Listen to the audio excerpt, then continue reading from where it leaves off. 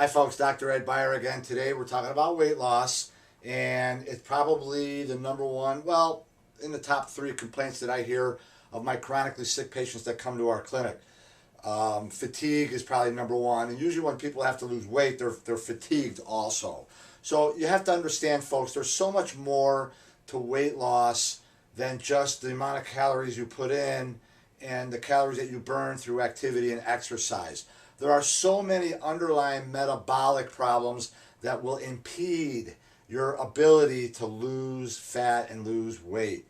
And this is what we do with our patients. A lot of our patients come to us sick and they don't even mention that they want to lose weight, but they all do if they have excess weight on them once we improve their underlying metabolic conditions. One of the most common, if not the most common, metabolic problem that people have that come to see me and that are overweight is inflammation. All right? If you are inflamed, if you have systemic inflammation, you will never, ever, ever lose the weight that you need to lose. You may lose 10, 12, 15, 20 pounds, and then you just hit that plateau, or you lose it and then you just gain it right back. And number one cause of this is inflammation. Now, what would cause your body to be systemically? What would cause whole body inflammation? Well, number one, food sensitivities. And we test our patients for this. The food we eat, folks, today is different than the food we ate 20, 30 years ago. It's been genetically modified. And a lot of our immune systems don't recognize it, and we eat it, and our immune system reacts to it, and we become inflamed.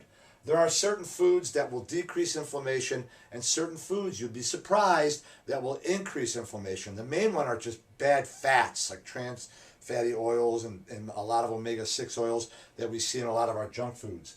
Hidden infections, whether they be dental infections or gut infections or chronic viruses. Maybe you had mono when you were a kid, Epstein-Barr virus, herpes simplex virus. If these viruses are festering in your body, you're going to be chronically inflamed. You will not lose the weight unless we clear them out. Digestive inflammation. So many of my people have problems in the gut. They're not making enough stomach acids or their enzymes from the pancreas, gallbladder dysfunction. All of these things will cause digestive problems and your gut to be inflamed and your body to be inflamed. Autoimmune disease, the number one is against your thyroid. We see this all the time, and autoimmune diseases are becoming more and more prevalent because our immune systems are working harder than ever in the history of humankind because there's so many things in our environment that don't belong.